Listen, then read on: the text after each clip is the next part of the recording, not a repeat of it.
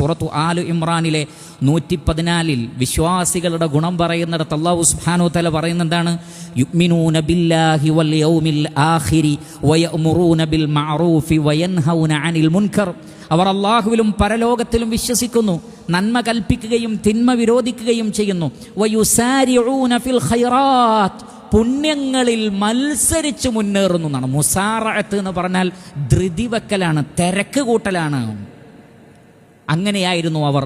അതുകൊണ്ട് അല്ലാഹു സുബ്ഹാനഹു വ തആല പറയുന്നു സൂറത്തുൽ ഹദീദ് 21, സാബിഖൂ, നിങ്ങൾ മത്സരിക്കൂ, ഇലാ മഗ്ഫിറത്തിൻ മിർ റബ്ബിക്കും വജന്ന, നിങ്ങളുടെ റബ്ബിൻ്റെ പാപമോചനത്തിനു വേണ്ടിയും ആകാശഭൂമികളുടെ വിശാലതയുള്ള സ്വർഗത്തിലേക്ക് നിങ്ങൾ മത്സരിക്കാനാണ് പറയുന്നത്. അഥവാ മറ്റൊരാൾ എൻ്റെ മുന്നിൽ കടക്കുന്നതിനെ ഇഷ്ടപ്പെടാതിരിക്കലാണല്ലോ മുസാബക്കയുടെ ഒരു പ്രത്യേകത. 5 കുട്ടികൾ ഓട്ടമത്സരത്തിൽ പങ്കെടുത്ത ഓരോ കുട്ടി എന്താ വിചാരിക്കുക? എൻ്റെ മുന്നിൽ ആരും കടക്കരുത്, അവർ നന്നായി ഓടിക്കോട്ടെ, പക്ഷേ എൻ്റെ മുന്നിൽ ആരും കടക്കരുത്. ഇതാണ് ഓരോ കുട്ടിയും ചിന്തിക്കേണ്ടത്. ഇതിനാണ് മുസാബക്ക എന്ന് പറയാം, ഇതിനാണ് മത്സരം എന്ന് പറയാം. ഞാൻ ആദ്യമാവണമെന്ന് ചിന്തിക്കലാണ്, ഞാൻ അവസാനക്കാരനാവണമെന്ന് ചിന്തിക്കൽ മുസാബക്കയല്ല.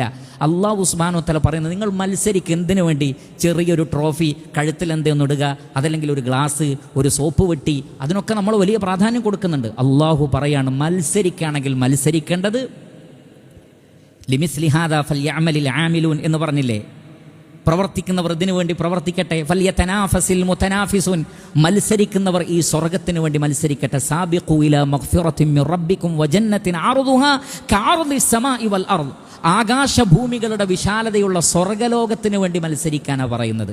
അവിടെ എത്താൻ എന്ത് വില കൊടുത്തും നിങ്ങൾ ധൃതിപ്പെടൂ എന്നാണ് പറയുന്നത്. സൂറത്തു ആലു ഇമ്രാനിലെ 133 ഇതേ കാര്യം പറയുന്നു, വേർഡ് വ്യത്യാസമുണ്ട്. വസാരിഉ ഇലാ മഗ്ഫിറത്തിൻ മിർ റബ്ബിക്കും വജന്ന, അള്ളാഹുവിൻ്റെ മഗ്ഫിറത്തിലേക്കും സ്വർഗത്തിലേക്കും മത്സരിച്ച് മുന്നോട്ട് വരാനാണ് അല്ലാഹു സുബ്ഹാനഹു വ തആല പറയുന്നത്.